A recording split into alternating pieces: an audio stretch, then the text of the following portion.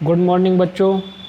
हमारे गाउस के अनुप्रयोग चल रहे हैं जिसमें 3 अनुप्रयोग हो गए, जिसमें से पहला क्या है, रेखीय अनंत आवेशित तार के कारण विद्युत क्षेत्र, और दूसरा कौन सा पढ़ा था हमने, अपरिमित समरूप अनंत आवेशित अचालक परत के कारण विद्युत क्षेत्र, या आप कह सकते हैं समरूप आवेशित अपरिमित अचालक परत के कारण विद्युत क्षेत्र। तीसरा एप्लीकेशन हमने क्या पढ़ा था, अपरिमित समरूप आवेशित चालक परत के कारण विद्युत क्षेत्र। हमारे 3 एप्लीकेशन हो गए और इस वीडियो हम पढ़ लेते हैं। चौथा एप्लीकेशन वो है गोलीय कोष के कारण किसी बिंदु P पर विद्युत क्षेत्र, और गोलीय कोष कैसा होगा, समरूप आवेशित होगा। समरूप आवेशित गोलीय कोष के कारण किसी बिंदु P पर विद्युत क्षेत्र। तो आज का हमारा टॉपिक क्या है, गोलीय कोष है, जिसके कारण हमें क्या ज्ञात करना है, विद्युत क्षेत्र ज्ञात करना है। तो समरूप कौन सा एप्लीकेशन है, ये चौथा, समरूप आवेशित। समरूप आवेशित का मतलब एक समान रूप से आवेशित, समरूप आवेशित गोलीय कोष के कारण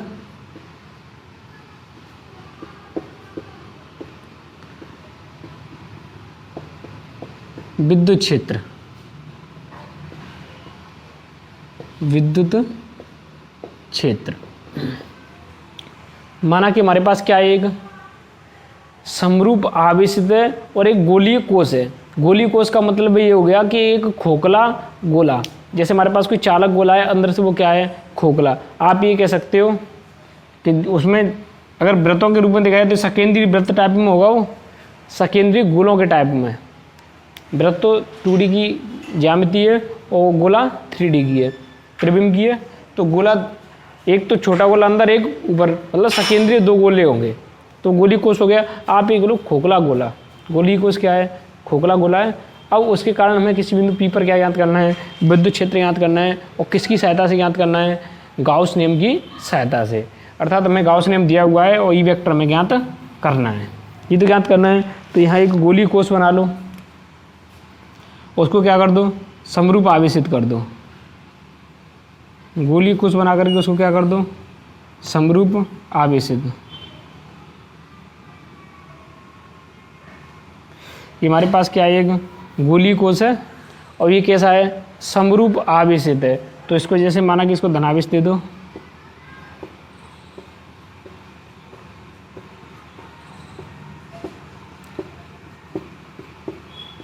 इसकी त्रिज्या क्या मानोगे आप, माना कि कैपिटल R। तो आपको लिखना कैसे है कि माना कैपिटल R त्रिज्या का एक समरूप आवेशित गोलीय कोष है, जिसके कारण हमें बिंदु P पर क्या ज्ञात करनी है, विद्युत क्षेत्र की तीव्रता ज्ञात करनी है। तब इस गोले का आवेश घनत्व कितना हो जाएगा। अब एक बात बताओ, जो आवेश वितरित है उसका आवेश वितरण कौन सा है, रेखीय आवेश वितरण है या पृष्ठीय आवेश वितरण है या आयतन आवेश वितरण है। आवेश का वितरण किसके अनुदिश हो रहा है, एक पृष्ठ के अनुदिश हो रहा है, और उसके क्षेत्रफल के अनुदिश ही तो हो रहा है। गोलीय कोष है, आवेश के अंदर तक तो गया नहीं है, केवल आवेश कहाँ वितरित है, उसके ऊपरी पृष्ठ पर। तो वितरण यहाँ कौन सा हो जाएगा, पृष्ठीय आवेश वितरण। तो यहाँ पृष्ठीय आवेश वितरण सिग्मा होगा। तो यहाँ जो पृष्ठीय आवेश वितरण के कारण जो सिग्मा है वो कितना हो जाएगा, क्या होता है, Q/A या S, आवेश बटे क्षेत्रफल। तो यहाँ Q कैपिटल Q ले लेते हैं। माना कि कुल आवेश कितना है, कैपिटल Q है, कैपिटल Q मान लिया है। इससे पहले हमने सिग्मा Q माना है, कुछ भी मान लो, आपकी श्रद्धा बोले वो काम करना। तो यहाँ capital Q upon sigma equal क्या हो जाएगा, Q अपॉन क्षेत्रफल क्या है, माना कि S, यहाँ से then implies sigma Q equal क्या आ जाएगा, कुल आवेश कितना आ जाएगा, सिग्मा S। ये इधर जाएगा तो आएगा कि नहीं आएगा। अब S की जगह में S जहाँ क्या है, क्षेत्रफल है, और किसका क्षेत्रफल है, उस गोले का आवेशित, समरूप आवेशित गोले का क्या है, क्षेत्रफल। तो क्या होगा बताओ, अरे गोले का क्षेत्रफल क्या होता है, 4πr² होता है कि नहीं होता है। तो यहाँ क्या रख दो, S की जगह, मैं इसको S को मिटा देता हूँ, Q इक्वल क्या आ जाएगा, सिग्मा S। S की जगह क्या रख देता हूँ मैं, 4πr²। समझ में आ गया कि नहीं, 4πr²। यहाँ तक बात समझ में आनी चाहिए। अब हमारा टारगेट क्या है, गाउस नियम से विद्युत क्षेत्र ज्ञात करना। टारगेट क्या है, गाउस नियम से विद्युत क्षेत्र। तो गाउस का नियम क्या है, फाई इक्वल Q/ε0 अरे ई तो है, इस समय ई वेक्टर ज्ञात करना है। तो ई वेक्टर ज्ञात करने के लिए देखो, जहाँ गाउस की बात आ जाए तो जाहिर सी बात है कि हम एक गाउसी पृष्ठ की कल्पना करेंगे, एक ऐसे पृष्ठ की कल्पना करेंगे जो उस आवेशित स्रोत को या उस आवेश को पूरी तरह प्रबद्ध कर ले। तो यहाँ आप बताओ एक ऐसे पृष्ठ की कल्पना करो जो इसको क्या कर ले, प्रबद्ध कर ले। तो क्या हो सकता है, एक गोला हो सकता है, एक गोला इसको क्या कर लेगा, प्रबद्ध कर लेगा, करेगा कि नहीं करेगा। और हम यहाँ ज्ञात क्या कर रहे हैं, विद्युत क्षेत्र, किसी बिंदु P पर विद्युत क्षेत्र। तो अब एक बात बताओ कि इसका केंद्र माना कि यहाँ से विद्युत क्षेत्र में किसी बिंदु पर ज्ञात करना है, तो बिंदु कहाँ हो सकता है, वो कहीं भी हो सकता है, गोले से बाहर भी हो सकता है, सतह पर हो सकता है और गोले के अंदर हो सकता है। बिंदु P यहाँ हो सकता है, सतह पर यहाँ हो सकता है और केंद्र पर भी हो सकता है या अंदर कहीं हो सकता है कि नहीं। तो अब बिंदु P की स्थितियाँ तो अलग अलग हो रही हैं। एक स्थिति क्या होगी, जब बिंदु गोले से कहाँ हो, बाहर हो, माना कि बिंदु की दूरी उसके केंद्र बिंदु से, किसके केंद्र बिंदु से, गोले के केंद्र से माना कि बिंदु P की दूरी कितनी है, स्मॉल r है, कितनी है, स्मॉल r है। अब एक बात बताओ, स्मॉल r दूरी पर कोई बिंदु P है जिस पर हमें विद्युत क्षेत्र ज्ञात करना है। अब इस पर ज्ञात करने के लिए हम गाउस के नियम से विद्युत क्षेत्र ज्ञात करेंगे। इसका मतलब क्या हो गया कि हमें एक गाउसी पृष्ठ की कल्पना करनी पड़ेगी। तो हम एक ऐसे गाउसी पृष्ठ की कल्पना करते हैं जो इसको क्या कर ले, प्रबद्ध कर ले। तो इसको थोड़ा सा यहाँ ले लेता हूँ मैं, क्योंकि फिर गाउसी पृष्ठ नहीं बन पाएगा।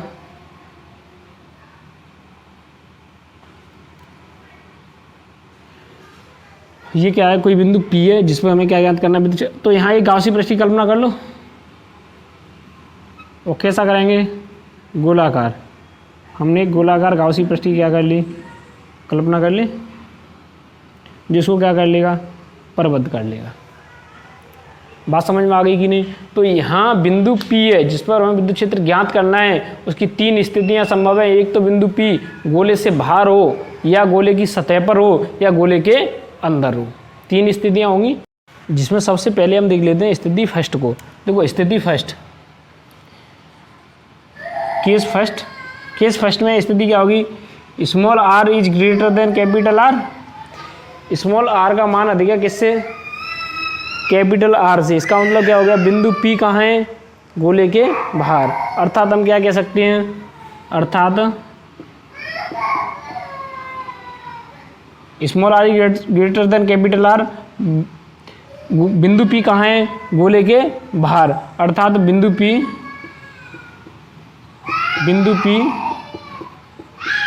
गोले के बाहर स्थित हो। यहाँ तक समझ में आ गया कि नहीं।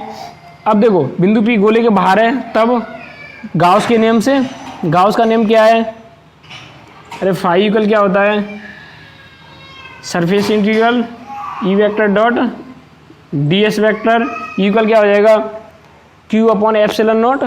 तो यहाँ क्या आ जाएगा, कैपिटल Q मान रखा है हमने टोटल आवेश को, अपॉन एप्सिलॉन नॉट। अब ये तो गाउस का नियम है। फाई इक्वल क्या होता है, surface integral E vector dot ds vector equal q upon epsilon not, यही तो होगा। अब देखो यहाँ हमें क्या करना है, जब डॉट हटेगा तो क्या आएगा, मैं ही कर देता हूँ, ई ds कॉस थीटा आएगा। और कॉस थीटा के लिए यहाँ देखो, माना कि हमने क्या ले लिया, यहाँ एक अल्पांश ले लिया, उस बिंदु पर क्या काट लिया हमने, एक अल्पांश काट लिया। गाउसी पृष्ठ के उस बिंदु पर जहाँ हमें विद्युत क्षेत्र ज्ञात करना, उस पर क्या काट लिया, एक अल्पांश काट लिया। और इस अल्पांश पर देखा जाए तो इसका क्षेत्रफल सदिश किधर होगा, ds वेक्टर होगा कि नहीं होगा। अब ई वेक्टर की दिशा क्या होगी, धनावेश के कारण क्षेत्ररेखा निकलेंगी, ऐसी तो निकलेंगी बाहर की ओर, धनावेश के कारण क्षेत्ररेखा बाहर की ओर निकलेंगी। तो इसकी दिशा क्या हो जाएगी, ई वेक्टर की दिशा भी सेम हो जाएगी, अर्थात थीटा का मान क्या हो जाएगा, 0। तो जब यहाँ से डॉट हटेगा तो क्या आएगा, यहाँ कॉस थीटा आएगा। और कॉस 0 का मान क्या होता है, 1 होता है कि नहीं होता है। तो यहाँ क्या आ जाएगा, 1 हो गया। तो मैंने क्या लिख दिया है, इंटीग्रेशन ई ds, अरे सरफेस इंटीग्रेशन ई ds इक्वल कितना हो जाएगा, q अपॉन एप्सिलॉन नॉट। अब देखो यहाँ ई को बाहर निकाल लो, ई इक्वल क्या हो जाएगा, ई इंटीग्रेशन डी एस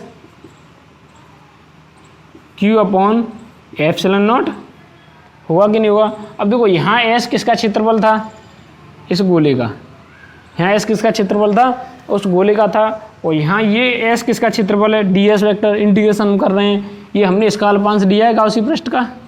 यहाँ बस ये बात ध्यान रखने वाली है कि यहाँ ये जो क्षेत्रफल है वो किसका है, गाउसी पृष्ठ का। यहाँ जो क्षेत्रफल डी एस है वो किसका है, गाउसी पृष्ठ का। अरे अल्पांश हमने किसका लिया है, गाउसी पृष्ठ का लिया है, और जब उसका समाकलन कर देंगे तो क्षेत्रफल किसका आएगा, गाउसी पृष्ठ का आएगा। और यहाँ जो आवेश वितरित हो रहा है वो किस पर हो रहा है, गोले पर, तो यहाँ क्षेत्रफल किसका आएगा, गोले का। अगर आप चाहें तो इन दोनों को डिफरेंट तरीके से व्यक्त कर सकते हैं, इसको एस से किया है तो इसका कुछ अलग नाम दे लो, या इसको आप ए से व्यक्त कर लो, इसको आप कैसे व्यक्त कर लो, ए से, और ये एस से हो जाएगा, थोड़ा सा अंतर लगेगा, अन्यथा आप इसमें कन्फ्यूज हो जाओगे। दिक्कत वाली कोई बात नहीं है, इसको एस उसको एस रख सकते हैं, लेकिन इसको ए कर लो। ये क्यों कर रहे हैं, अरे ए इसलिए कर रहे हैं कि ये जहाँ ये जो क्षेत्रफल है ए वाला वो गोले का हो जाएगा, और जहाँ एस वाला है वो किसका हो जाएगा, गाउसीय पृष्ठ का। बात समझ आ गई कि नहीं, तो कन्फ्यूज नहीं रहेगा। हालांकि दिक्कत वाली कोई बात नहीं है, आप वहाँ भी एस कर सकते हो। तो यहाँ क्या हो जाएगा, E integration D S equal Q upon epsilon not. अब इसको सॉल्व करो तो क्या आएगा, देन एम्प्लाइज यहाँ क्या हो जाएगा, एस हो जाएगा। अरे इंटीग्रेशन डी एक्स क्या होता है, एक्स होता है, तो इंटीग्रेशन डी एस क्या होगा, एस होगा कि नहीं होगा। यहाँ एस क्या है, गाउसी पृष्ठ का क्षेत्रफल, यहाँ एस क्या है, गाउसी पृष्ठ का क्षेत्रफल। तो E S equal Q upon epsilon not, होगा कि नहीं होगा। अब देखो एस जहाँ क्या हो जाएगा, ई एस का मान क्या होगा, गाउसी पृष्ठ का क्षेत्रफल, वो भी कैसा है, गोलाकार है, तो 4 पाई आर स्क्वायर। लेकिन यहाँ आर कौन सी आएगी, ये वाली आर आएगी, स्मॉल आर। तो गाउसी पृष्ठ की त्रिज्या स्मॉल आर है, तो यहाँ क्या लिख लेंगे, 4 pi R square equal Q upon epsilon not. यहाँ तक कहानी समझ में आ गई कि नहीं। अब नेक्स्ट देखो, हमें ई ज्ञात करना है, बाकी मैटर को इधर भेज दो। तो ई इक्वल क्या आ जाएगा, मैं स्टेप कर रहा हूँ, इसके बाद में ये स्टेप किया, इसके बाद में ये स्टेप किया, इसके बाद में ऐसे स्टेप किया। आपको ऐसे आगे नहीं लिखने सभी स्टेप, आपको ये स्टेप लिख लिया, इसके नीचे ये वाला लिख लिया, फिर उसके नीचे ये वाला लिख लिया, उसके नीचे ये वाला, ऐसे नीचे नीचे लिखते जाना है आपको इस प्रकार से। मेरे पास तो जगह का अभाव है, अगर मैं इसको मिटा के दोबारा करूँगा तो कुछ स्टेप कट हो जाएंगे, आपकी समझ में ही नहीं आएंगे। इसलिए मैं चाह रहा हूँ कि इसी पूरा डेरिवेशन यहीं की यहीं इतने ही बोर्ड पर आ जाए। तो ई इक्वल कितना हो जाएगा, इसको कहाँ भेज दो, नीचे भेज दो, तो क्या आ जाएगा, Q upon 4 pi epsilon naught R square. 4 pi R square को कहाँ भेज दिया, नीचे भेज दिया। तो ई इक्वल क्या आ गया, Q upon 4 pi epsilon naught R square. यहाँ तक समझ में आ गया। अब देखो यहाँ ई इक्वल क्या आ जाएगा, मैं लिख रहा हूँ के क्यू अपॉन आर स्क्वायर। कोई परेशानी, क्यों मैंने ऐसा लिखा है, क्यों बताओ। तो देखो यहाँ 1/4 पाई एप्सिलॉन नॉट क्या बन गया, के बन गया। लेकिन एक बात बताओ, ऐसी शक्ल आपने ऐसे फॉर्मूले की शक्ल आपने पहले भी कहीं देखी है, कहाँ देखी है, पहले चैप्टर में देखी होगी, ध्यान आ रहा हो तो। बिंदु आवेश के कारण विद्युत क्षेत्र क्या होता है, बताओ जल्दी फटाफट। बिंदु आवेश के कारण विद्युत क्षेत्र क्या होता है, K Q upon are square होता है कि नहीं होता है। यहाँ इसका कितना आया है, K Q upon are square. गोले के कारण विद्युत क्षेत्र और बिंदु आवेश के कारण विद्युत क्षेत्र का फॉर्मूला एक ही है।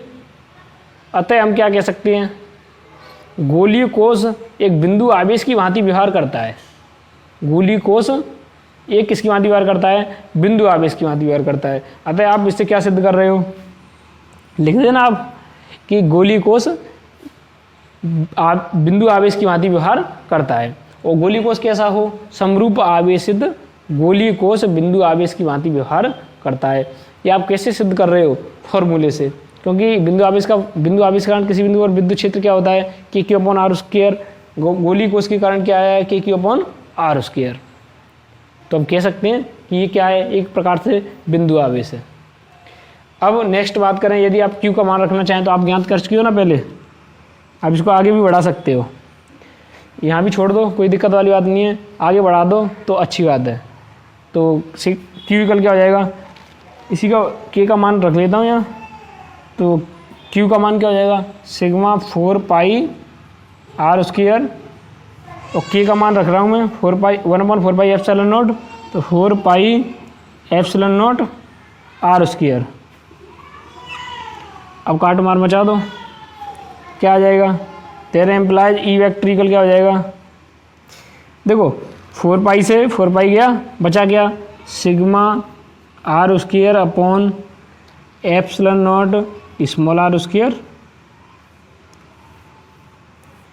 तो आपको यदि कोई बिंदु P गोले से बाहर स्थित हो, अर्थात हम कह सकते हैं कि small R is greater than capital R की स्थिति में जो विद्युत क्षेत्र का फॉर्मूला है वो क्या है, K Q upon are square है, अतः गोलीय कोश बिंदु आवेश की भांति व्यवहार करता है। या आप ऐसे भी कह सकते हैं वेक्टर का मान क्या sigma R square upon epsilon naught R square. Vector मत लगाओ क्योंकि यहाँ हमने ये अदिश में किया है, राशि भली सदिश है लेकिन हल तो अदिश में किया है हमने, तो बात समझ में आ गई कि नहीं। अगर आपको सदिश करना है तो यहाँ आप क्या लगा दो, कौन सी दिशा है, आर की दिशा है, अरे त्रिज्यवती दो है, तो हाँ यहाँ हम क्या लगा देंगे आर कैप, या एन कैप से व्यक्त करना चाहे तो सदिश को एन कैप से कर दो, जो कि एक अंक सदिश होगा, तो यहाँ क्या लगा दो E vector dot are cap या एन कैप लगा दो, तो वो सदिश रूप हो जाएगा।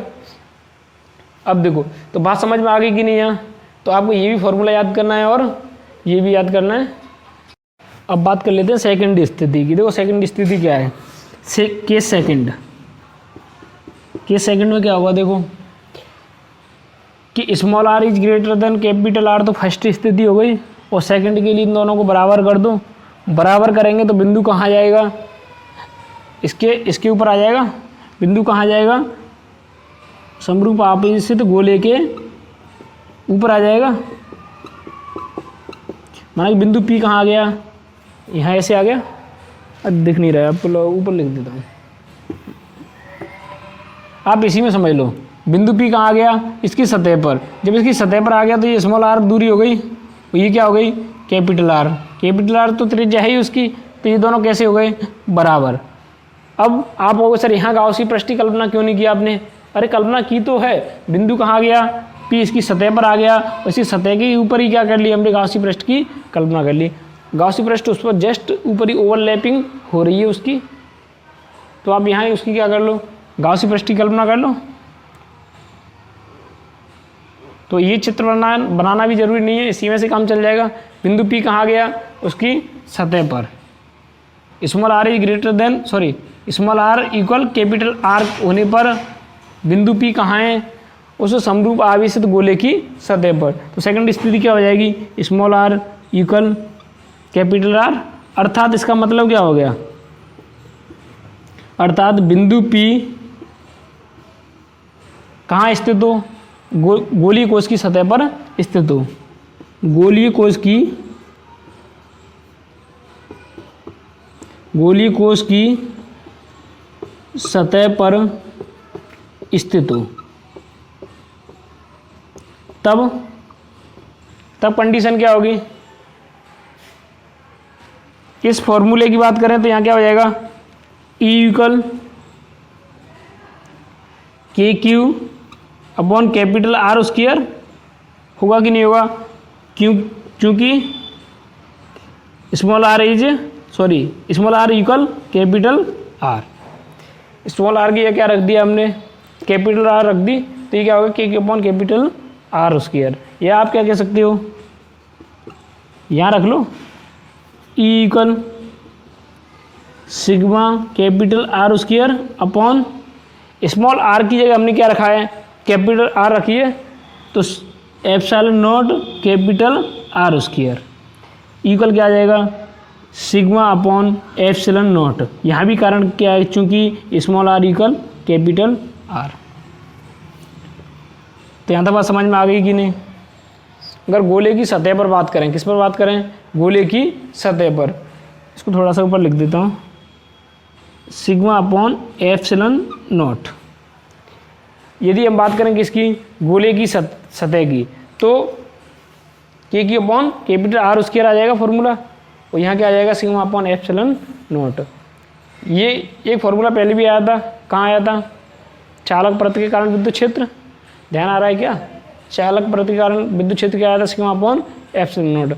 है तो वो परत के कारण ही, क्षेत्रफल के कारण ही तो है, तो यहाँ भी वही आएगा सिग्मा अपॉन एप्सिलॉन नॉट। यहाँ कौन सा अलग से हो जाएगा, समझ में आ गया कि नहीं, समझ लो एक बार ढंग से। और फर्स्ट स्थिति में जब बिंदु P कहाँ हो, गोले के बाहर स्थित हो, गोले के बाहर का मतलब small r is greater than capital R, तब गाउस के नियम से integration E vector dot ds vector क्या होगा, q upon epsilon not. q हम पहले से ज्ञात कर चुके हैं। यदि आपको समीकरण देने की आदत हो तो समीकरण 1 और ये क्या हो जाएगा समीकरण 2, फिर लिख देना समीकरण 1 व 2 से और आगे बढ़ा देना।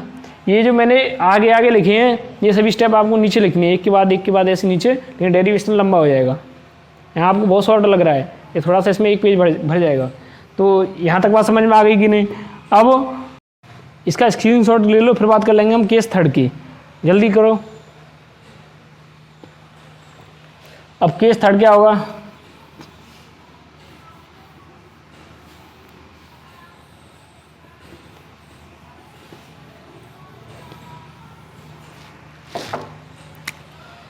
स्थिति थर्ड। थर्ड स्थिति में क्या होगा, बिंदु P कहाँ है, गोले के अंदर, अर्थात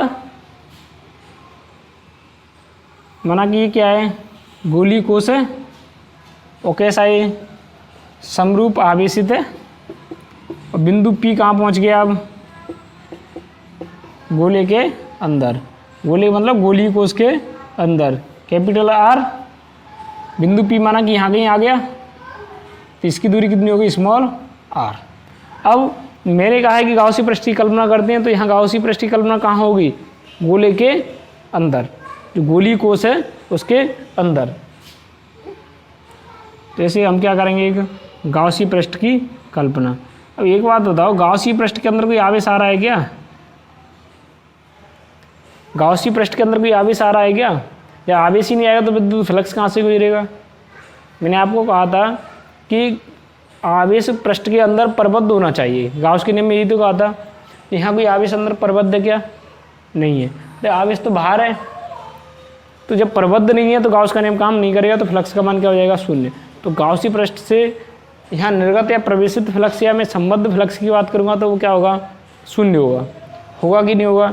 अब यहाँ या आप ऐसे भी कह सकते हो, ये धनावेश है, धनावेश कहाँ है, गोली कोश की सतह पर है, तो गोली कोश हो या चालक गोला हो उसके अंदर विद्युत क्षेत्र शून्य होता है।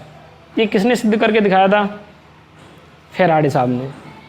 इनकी मैं एक स्टोरी सुनाऊंगा, या शॉर्ट अभी सुन लो, कि ये जो फेराडे साहब थे, सबसे पहले इन्होंने कहा था कि गोली कोश है उसके अंदर विद्युत क्षेत्र शून्य होता है। सबसे पहले किसने कहा था, फेराडे साहब ने कहा था कि गोली कोश के अंदर विद्युत क्षेत्र क्या होता है, शून्य होता है। तो अन्य साइंटिस्टों ने कहा कि क्या आप इसको प्रूव कर सकते हो, तो उन्होंने कहा बिल्कुल प्रूव कर सकता हूँ। तो वो खुद उन्होंने वो गोली कोश लिया बहुत बड़ा, और खुद ऑक्सीजन वगैरह लगा करके उस गोली कोश के अंदर बैठ गए, और उसको इस प्रकार से पैक कर दिया गया कि पूरी तरह प्रबद्ध हो जाए, और उसको उच्च वोल्टता दे करके आवेशित किया गया। अब एक बात बताओ, इतनी उच्च वोल्टेज, कहते हैं 33,000 लाइन जो जाती है ना, 33,000 की वोल्टेज की लाइन, उससे कितने भयभीत रहते हैं लोग, कहते हैं कि उसके पास मत जाना, वो दूर से खींच लेगी। अरे आपने ऐसे कोई शब्द सुने होंगे गांव में कि वो बहुत बड़ी लाइन है, वहाँ अगर उनके पास जाओगे तो वो खींच लेगी। तो ऐसा क्यों, क्योंकि वहाँ उच्च वोल्टता की लाइन है, वो कहते हैं 33,000 वोल्टेज की है। तो उच्च वोल्टता की लाइन का मतलब उसकी जो विद्युत क्षेत्र होगा वो अधिक दूरी तक होगा। तो ये हकीकत बात है, तो उसका विद्युत क्षेत्र अधिक दूरी तक है, तो वह अन्य सुचालक वस्तुओं को अपनी ओर क्या करेगी, आकर्षित करेगी, नहीं करेगी, उतनी दूरी से अधिक दूरी तक खींचेगी। तो यहाँ जो उच्च वोल्टता से इस गोले को क्या कर दिया, आवेशित कर दिया, और फेराडे साहब उसके अंदर बैठ गए। अब एक बात बताओ, उन्होंने कहा विद्युत क्षेत्र शून्य, यदि विद्युत क्षेत्र शून्य नहीं होता तो क्या होता उनका, क्या आप आइडिया लगा सकते हो। तो अरे मैं तो ये कह रहा हूँ उनका ये होता कि उनका धुआं भी जल जाता, राख तो क्या, राख भी जल जाती। काफ़ी अतिशयोक्तिकरण है। तो मेरा कहने का मतलब ये है कि तो उन्होंने खुद प्रैक्टिकल करके दिखाया था कि ई वेक्टर इक्वल शून्य होता है। कहाँ, चालक गोला कह सकते हो आप, गोली कोष के अंदर विद्युत क्षेत्र क्या होता है, शून्य होता है। ये उन्होंने खुद शो कराया था, खुद ने प्रैक्टिकल करके दिखाया था, खुद उसके अंदर बैठ गए थे तो उन्होंने बताया, तो वो मरने से बच गए थे। बाई चांस ऐसा नहीं होता तो ठीक है, उनकी हिम्मत है, कुछ नया हुआ। तो बात समझ में आ गई कि नहीं। ये हमेशा आपको याद रहेगा कि गोली कोष के अंदर ई वेक्टर शून्य होता है, क्योंकि एक ऐसा ही परीक्षण मैंने आपको एक ऐसा परीक्षण सुनाया है फैराडे साहब का। तो यहाँ देखो, गोली कोष के अंदर पहले केस थर्ड में क्या लिखोगे, small R is less than capital R, अर्थात बिंदु पी गोले के अंदर स्थित हो, गोले के अंदर स्थित हो, तब क्या हुआ। अब देखो, ऐसी स्थिति में यदि गोले के अंदर है, चूंकि गोले के अंदर या गोली कोष के अंदर, यहाँ आप गोला नहीं गोली कोष करो, गोलीय कोष, गोली कोष का मतलब खोखला गोला। तो गोली कोष के अंदर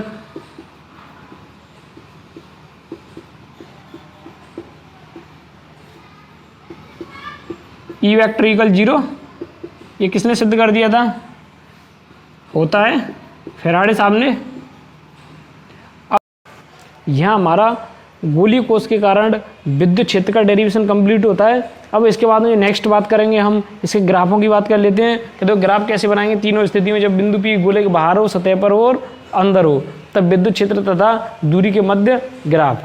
तो हम किसी बात कर लेते हैं विद्युत क्षेत्र तथा दूरी के मध्य ग्राफ की। तो पहले तो फॉर्मूला ही देख लो, ई इक्वल क्या है, K Q upon are square किसके लिए आया है, सारी फॉर्मूले लिख लेते हैं हम यहाँ।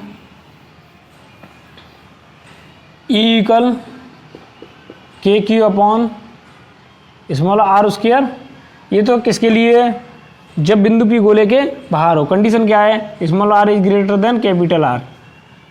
और ई इक्वल क्या है, K Q upon capital R square, K Q upon capital R square, जब small R equal capital R. और ई इक्वल 0 कब, जब small R is less than capital R. हमारे पास 3 फॉर्मूले आ गए। अब तीनों फॉर्मूलों को देख लेते हैं कि इसका ग्राफ कैसे खींचेंगे।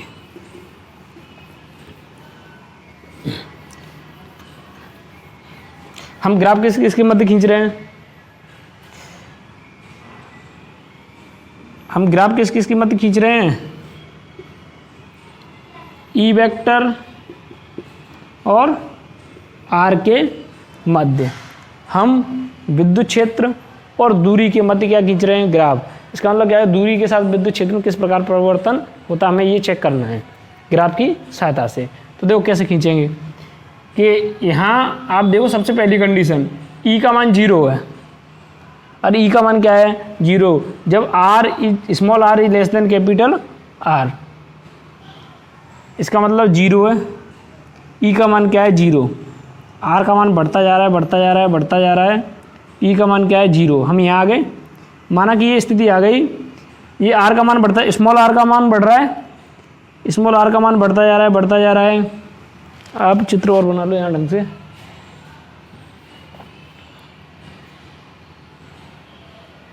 देखो ये मूल बिंदु है या केंद्र बिंदु है, तो यहाँ से स्मॉल आर का मान क्या हो रहा है, बढ़ता जा रहा है, बढ़ता जा रहा है, बढ़ता जा रहा है, बढ़ता जा रहा है। तो यहाँ पहुँच गए हम, कहाँ पहुँच गए, यहाँ से यहाँ। तब तक विद्युत क्षेत्र क्या है, 0 है, और ई का मान 0 है। कहाँ, गोले के अंदर। अब कहाँ आ गए हम, ये सतह पर आ गए यहाँ। तो small R equal capital R, तो यहाँ की स्थिति क्या हो जाएगी, small R equal capital R. ये स्थिति क्या है, small R is less than capital R. तो यहाँ आते ही देखो ई का मान है जो अधिकतम होगा कि नहीं होगा, क्योंकि यहाँ से आगे जा रहे हैं तो ये कैसा है, व्युत्क्रमानुपाती है, अर्थात विद्युत क्षेत्र का मान कम होता जाएगा। तब ऐसी स्थिति है, इसका मतलब सतह पर कैसा है, अधिकतम है। अधिकतम माना कि यहाँ कहीं होगा, 0 से डायरेक्ट कहाँ पहुँचा है, अधिकतम, यहाँ पहुँच गया। समझ में आ गई कि नहीं बात, आप अधिकतम ऐसे कर लो। ये कैसे पहुंच गया, अधिकतम पहुंच गया कि नहीं, ये कैसा हो गया, अधिकतम हो गया। इसको एकदम सीधी रेखा खींचनी है आपको। अब यहाँ के बाद की बात क्या है, small R is greater than capital R. इसका मतलब इस स्थिति में ई और आर के मध्य कैसा संबंध है, व्युत्क्रमानुपाती संबंध है या नहीं है। अरे ई और आर के मध्य कैसा संबंध है, व्युत्क्रमानुपाती, तो वक्र कैसा आएगा, व्युत्क्रमानुपाती वक्र आएगा। तो यहाँ से व्युत्क्रमानुपाती वक्र खींच दो। वक्र खींचना समझ में आ गया कि नहीं, बहुत ईजी है। ये कंडीशन क्या है, small R is greater than capital R. हमने तीनों स्थितियों का ग्राफ कंबाइन कर दिया, समझ में आ गया कि नहीं। देखो जब हम अंदर थे, यहाँ से चलना स्टार्ट किया था, यहाँ तक विद्युत क्षेत्र शून्य, यहाँ से यहाँ तक विद्युत क्षेत्र शून्य, सतह पर पहुँचते ही अधिकतम, सतह पर पहुँचते ही अधिकतम, तो अधिकतम कर दो, माना कि अधिकतम ये हो गया, सतह पर पहुँचते ही कैसा हो गया, अधिकतम। अब इसके बाद में कैसा हो रहा है, देखो व्युत्क्रमानुपाती हो रहा है कि नहीं हो रहा है, तो कैसा कर दो, व्युत्क्रमानुपाती। ग्राफ कंप्लीट है। अब इसके बाद में डेरिवेशन अच्छे से समझ में आ गया होगा, उम्मीद करता हूँ। अब इसके बाद में बात करते हैं हम किसकी, 5वें पॉइंट की। और 5वां पॉइंट क्या है, समरूप आवेशित गोली कोष की क्या कर दो, चालक गोले, चालक गोले के कारण विद्युत क्षेत्र, हम इसी में सेट करेंगे जिससे भूलेंगे नहीं कभी। और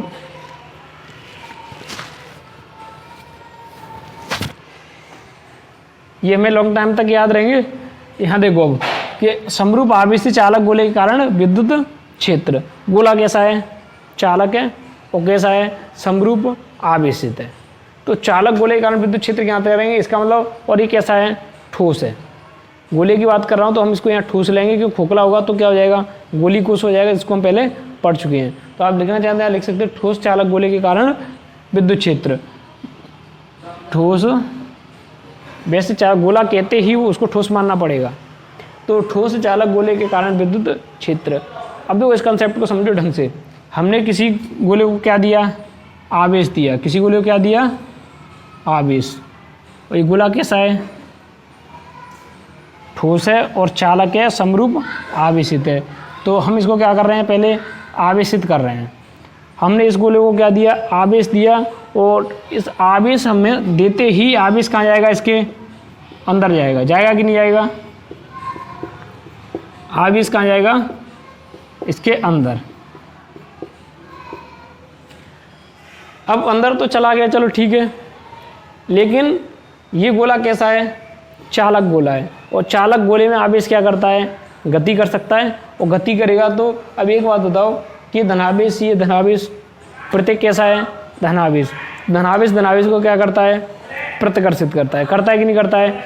तो क्या ये यहाँ रहना चाहेंगे अंदर, अगर कोई चालक गोला है, यदि हम उसको आवेश दें तो आवेश क्षणिक तो कहाँ जाएगा, उसके अंदर जाएगा, अंदर जाएगा। जैसे ही अंदर पहुँच गया, अब आवेश समान प्रकृति का है तो आपस में क्या लगेगा, प्रतिकर्षण बल लगेगा कि नहीं लगेगा। आवेश समान प्रकृति का होने के कारण कौन सा बल लगेगा, प्रतिकर्षण बल लगेगा।